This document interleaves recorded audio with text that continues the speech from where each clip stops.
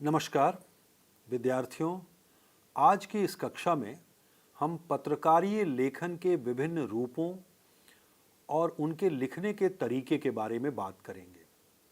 लेकिन सबसे पहले ये जानना बहुत ज़रूरी है कि पत्रकारिता है क्या, किसको पत्रकारिता कहते हैं।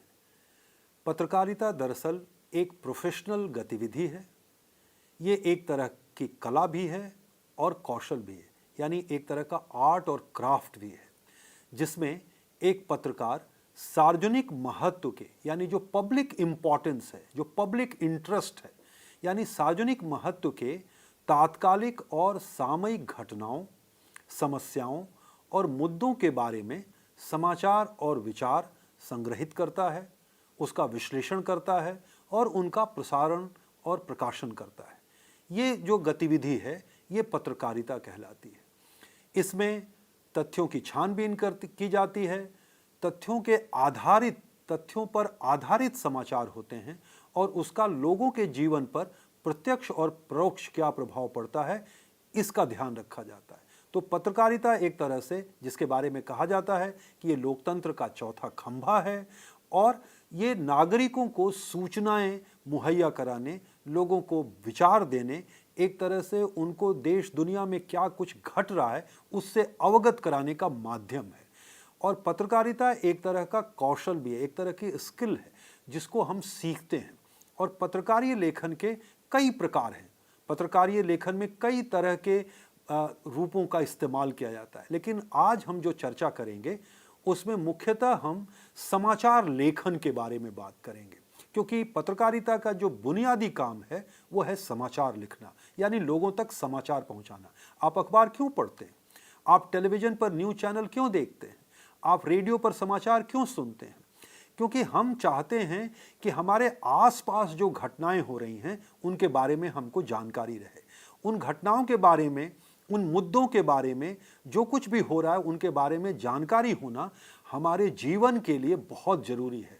अगर उनके बारे में हमारी जानकारी नहीं होगी तो हमारा जीवन खतरे में पड़ सकता है, हमारे जीवन में मुश्किलें आ सकती हैं, हमें उन अवसरों का लाभ नहीं मिलेगा अगर हमें जानकारियां नहीं होंगी। इसीलिए कहा जाता है कि सूचना एक बहुत बड़ी ताकत है। एक तरह से सूचनाएं होना लोगों के लिए, जिसके पास जितनी ज़्यादा सूचनाएं हैं वो उतना ही अपने जीवन को बेहतर तरीके से जी सकता है। तो हमें सूचनाएं कहाँ से मिलती हैं? जो मुख्यतः सूचना देने के माध्यम हैं वो एक तरह से अखबार हैं, टेलीविज़न के न्यूज़ चैनल्स हैं, रेडियो स्टेशंस हैं और डिजिटल माध्यम हैं। तो पत्रकारिता का जो सबसे महत्वपूर्ण काम है वो है आपको समाचार देना, और पत्रकारीय लेखन का भी जो सबसे बुनियादी काम है वो है समाचार लिखना, यानी ऐसी खबरें या जानकारियां जो तथ्यपूर्ण हों, जो ताज़ा हों, जो सार्वजनिक महत्व की हों और जिनका लोगों के जीवन पर बहुत गहरा प्रभाव पड़ता हो, जिसका जानना हमारे लिए बहुत ज़रूरी है कि देश दुनिया में क्या हो रहा है। तो आज हम इस पर चर्चा करेंगे कि ये जो समाचार हैं इनको लिखा कैसे जाता है।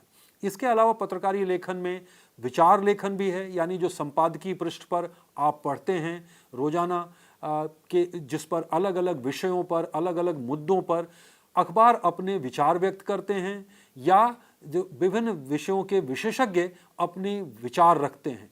ये आपको एक तरह से जागरूक करने के लिए है, आपको शिक्षित करने के लिए है, आपको एजुकेट करने के लिए। और साथ ही साथ पत्रकारीय लेखन का एक और रूप है जिसको हम कहते हैं फीचर लिखना, यानी उसका मुख्य उद्देश्य है सूचनाएं और विचार तो देना, लेकिन वो मनोरंजक तरीके से। लेकिन समाचार मनोरंजक नहीं है, समाचार एक तरह से तथ्यों के बारे में है। तो पहली चीज जो हम आज चर्चा करेंगे आज की इस कक्षा में, समाचार कैसे लिखे जाते हैं। लेकिन समाचार लिखे जाएं उससे पहले यह जानना जरूरी है कि समाचार हैं क्या, किसको हम समाचार कहते हैं। ये जानना बहुत जरूरी है कि सूचना, जो सारी सूचनाएं, हमारे पास बहुत सारी सूचनाएं होती हैं, सूचनाएं मिलती हैं रोजाना। हम जब किसी से मिलते हैं तो हम पहली चीज किसी से यही पूछते हैं, क्या खबर है, क्या समाचार है।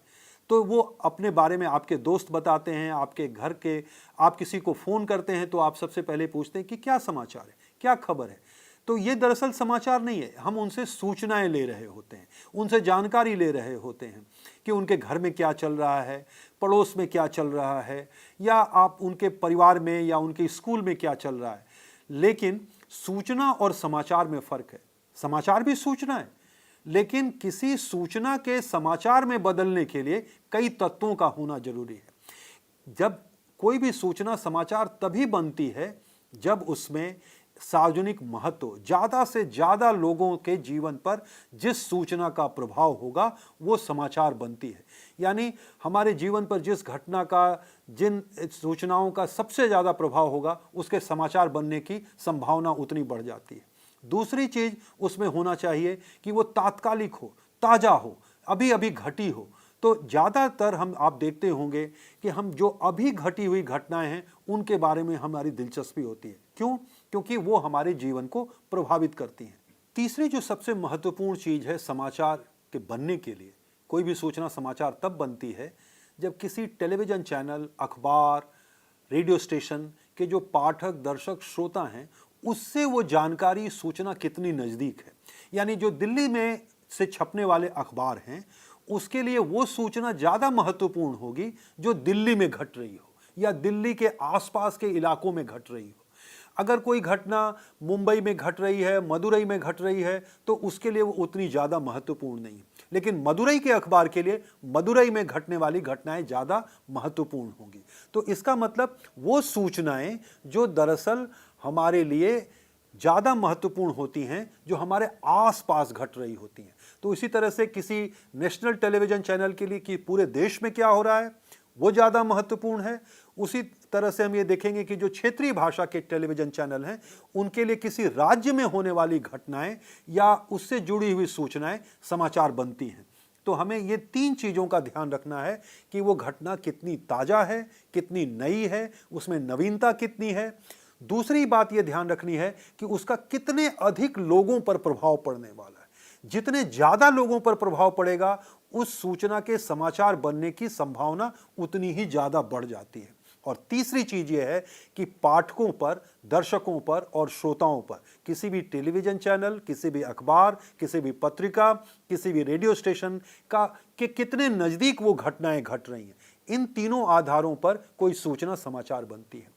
ये भी बात हमें याद रखनी है कि समाचार दरअसल समसामयिक घटनाओं, विचारों, मुद्दों और समस्याओं के बारे में तथ्यपूर्ण रिपोर्ट है। समाचार में एक और महत्वपूर्ण पहलू होता है कि उसमें 6 ककार होते हैं। यानी क्या हुआ, किसके साथ हुआ, कब हुआ, कहाँ हुआ, कैसे और क्यों हुआ।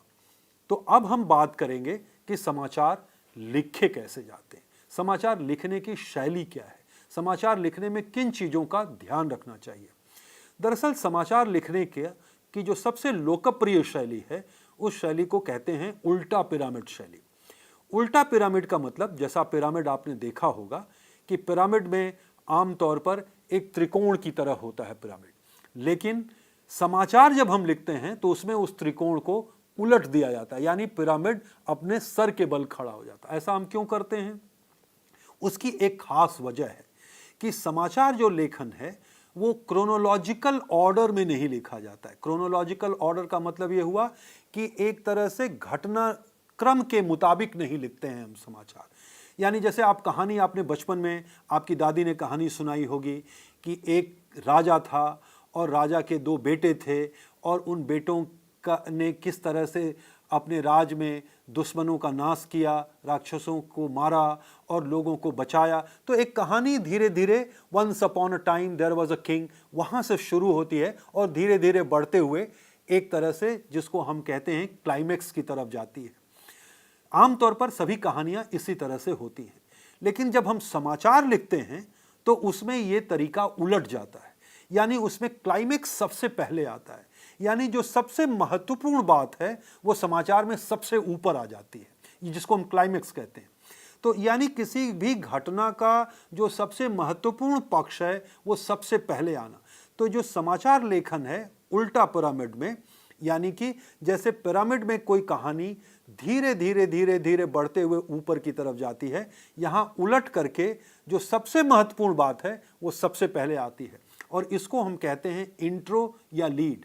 जो किसी भी समाचार का जो पहला पैराग्राफ है, उस पहले पैराग्राफ में जो सबसे महत्वपूर्ण जानकारी है, यानी जो सबसे ताज़ा और नई जानकारी है, उसको आना चाहिए। और उसमें क्या क्या होना चाहिए?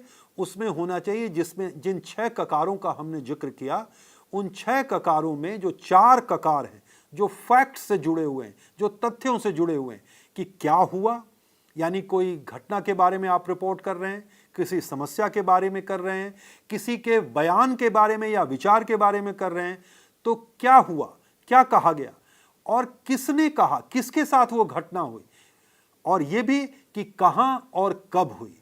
यानी ये जो 4 ककार हैं ये बिल्कुल फैक्चुअल हैं, तथ्य पर आधारित हैं, और इनके बारे में जो हम जानकारी देते हैं वो आमतौर पर किसी भी खबर के, समाचार के इंट्रो या लीड में आनी चाहिए।